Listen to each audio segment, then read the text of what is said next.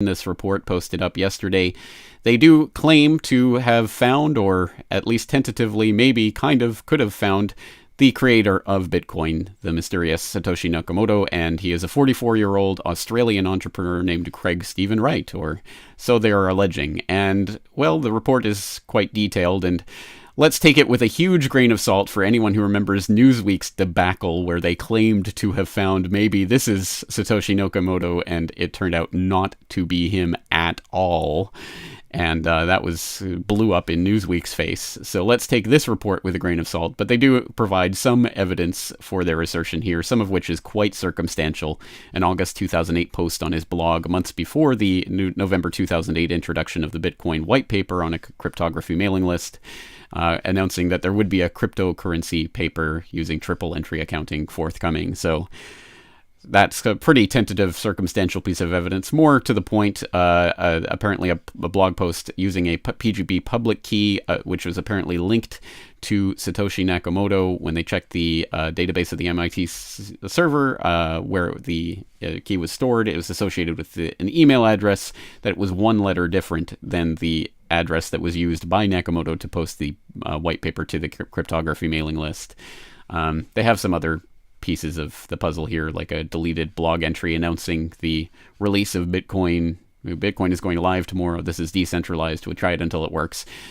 Interestingly, posted on 10th of January 2009, but Bitcoin actually went live on the 9th of January. But that's 9th of January Eastern Standard Time in the United States. And if he was in Australia, then the time zones might make account for that difference. And all of this kind of, legwork that has been done to try to see if this guy is associated. And there's a good case to be made, but again, I'll let you read through that and come to your own conclusion whether this is in fact Satoshi Nakamoto.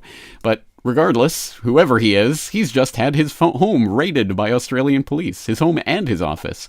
Bitcoin creator identified by Wired has Australian home raided. So less than 24 hours after the Wired report appears, the Australian Federal Police are raiding his home and his office. But according to the AFP, their presence at Mr. Wright's property is not associated with the media reporting overnight about Bitcoins. Yeah, sure, just out of the blue, let's raid this guy. So there's some obvious shenanigans going on here, and it looks like more of the demonization that I think we should know is just par for the course here for anything that goes against or outside or around the system in the peer-to-peer economy that we've talked about before here on the program. But for those who need a reminder of just some of the latest pieces of that puzzle, of course, after the November 13th Paris terror attacks, we had group claims Bitcoin may have been used to fund Paris terrorist attacks, where it's talking about this ghost security group, an offshoot of Anonymous, who describe themselves as a counter-terrorism network that combats extremism on the digital front lines and disrupts ISIS social media accounts and all of that jazz. Basically talking about how they had detected several indications of an impending attack prior to Friday's multiple terrorist strikes across Paris, but I guess they didn't bother to warn anyone about that. And then they go on more generally to say the Islamic State uses cryptocurrencies as a form of income to fund their ongoing operations, and we have managed to uncover several Bitcoin addresses used by them, and they're on the deep web, but we've uncovered their accounts and shut them down, and blah, blah, blah. A lot of fear-mongering, Bitcoin, terrorism. Oh, how dare people use a currency that isn't created out of debt by a central bank owned by the private banksters under the thumb of a tyrannical government. How dare you try to go outside the system like that? Be afraid. Terror. And, of course, just coincidentally, the European Commission, just a couple of days after that, released a memo talking about how they had a publication coming out that was examining Bitcoin's role in terrorist financing, supposedly unrelated to the attacks of Paris. It had been planned for months, but coming out just a few days later. Again, Bitcoin terror, Bitcoin terror, Bitcoin terror. It doesn't really matter that the Bitcoin, Paris, and terrorism reporting got a lot of facts wrong. As this Coindesk.com article points out and goes through some of the actual details of these supposed linkages, including the director of FinCEN, the U.S. Treasury's Financial Crime Enforcement Network, Jennifer Shansky-Calvary, who said there has been public reporting of connections of ISIL promoting the use of Bitcoin and virtual currencies as a means of moving and raising funds. But I think we are also very focused on the traditional means of moving funds, so I think we need to keep our focus on both areas. i.e., yeah, they still use cash to buy things as well, and whatever other ways they use to transfer money. But of course, that gets transformed in the headlines, like the American banker, to ISIL may be using Bitcoin, FinCEN's Calvary says. Well, again, it's taking the comment completely wrong. But that's the type of reporting we've been getting on Bitcoin and really anything to do with the peer-to-peer economy lately. And, well, again, it's just is reinforced. No matter how many times these types of things are debunked, they come back again. Bitcoin report, ISIS utilizing digital currency to fund terror operations, conceal cash. Whatever that means, conceal cash, yes. And again, the Ghost Security Group. So again, this anonymous group that, could be anyone, including whatever alphabet soup, 3-letter intelligence agency wants to claim it is anonymous, is going around talking about how the, terror, Bitcoin terror. So there you go, folks. And for those who think that this is only something that affects Bitcoin, and for people who think Bitcoin is the mark of the beast or whatever it is that people think it is, well, if you want gold-backed currency as well, well, you better watch out, because guess what? Ghost Security Group spokesman Michael Smith II said that counter-terror officials are concerned that the Islamic State is receiving gold and other large volumes of monetary instruments like virtual cash to carry out their nefarious plans. So, again, gold, Bitcoin, anything that is not this funny money, fiat, debt-based slave currency issued by central banks must be a terror currency because it cannot be tracked and traced and controlled at all times. So the narrative, of course, once again, freedom, terrible freedom. We must stamp it out. We must have total control over every interaction. We must see everything that happens. We must have total control over it. Otherwise, terror. Well, just continuing that trend, unfortunately, this just out today. California shooters borrowed $28,000 before attack. Source.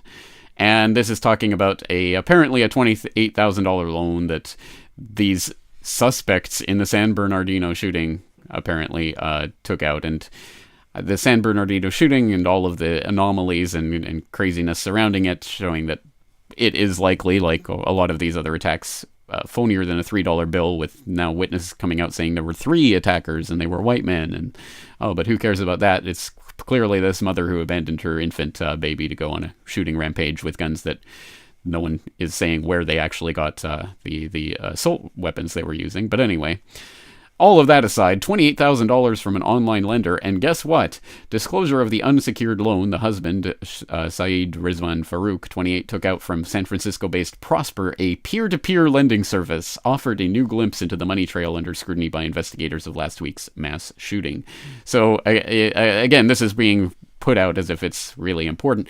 The interesting thing is this article really doesn't make very much of the fact that Prosper is a peer-to-peer lending service, but interestingly enough, Zero Hedge does. They put that front and center, meet the peer-to-peer lending website that funded the San Bernardino shooters, just swallowing the official San Bernardino story, hook, line, and sinker. And yes, it goes on to really talk in great length about Prosper and its business model and how it works. And for people who don't know about peer-to-peer lending services match investors to borrowers directly to each other, and then the loans are taken out and sent to the borrower, and they pay back, and everyone's happy, right? Unless it's being used to fund terrorism. And it's just a bizarre article, really, from Zero Hedge that goes on to say, we'll simply leave you with 2 images, the first from Prosper's website, and the second from the aftermath of Farouk and Malik's shootout with police. Here's what the pictures have in common: a husband, a wife, a car, and Prosper. We'll leave it to readers to spot the differences. And look, personal loans just got easier through Prosper. And here's what it leads to: terrorism. Oh, we can't have people interacting with each other directly through the peer-to-peer economy. What horror that could bring. People might use that money to do terrorist acts. Of course, people can get loans through banks to do things, to appropriate that money for terrorist acts as well. But let's not talk about that. It's clearly peer-to-peer. Peer-to-peer, we must shut this down. So who is afraid of the peer-to-peer economy? Well, of course, the status quo economy is very much afraid of it. And for people who don't know about the peer-to-peer economy, what it is, why it's revolutionary, how it's being cracked down on, why it's important that people at least start to explore the possibilities that it provides, I'll provide a link to Solutions, the Peer-to-Peer Economy, episode 303 of the Corbett Report podcast. transcript is up online, the video, the audio. So I hope you will go and check that out, because again, I think this is an extremely important concept that, at least right now, at this brief window of opportunity, is feasible. The idea of people actually free individual human beings interacting freely with each other across vast distances, coming together to transact and interact directly without the need for central banks and governments and regulators. Can you imagine? Oh, freedom, terrible freedom, terror, Bitcoin, peer-to-peer lending, be afraid. This is what it looks like. Oh, death, carnage. Don't give in to the fear. Don't give in to the hype.